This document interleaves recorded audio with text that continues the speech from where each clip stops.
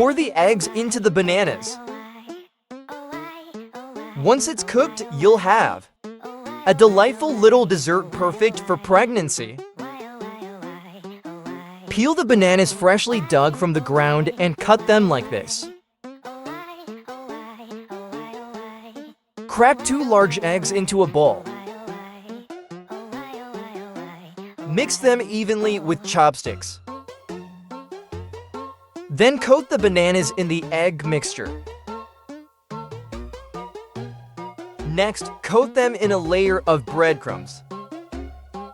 Fry them in oil heated to 375 degrees Fahrenheit. Cook on medium-low heat for about 4 minutes. I'm always experimenting with new recipes. How about a little heart to show your support? That way, you can find me when you crave something you don't know how to make.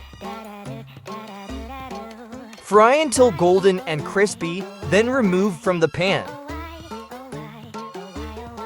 This method gives you crispy on the outside, tender on the inside fried bananas. If you like it, give it a try.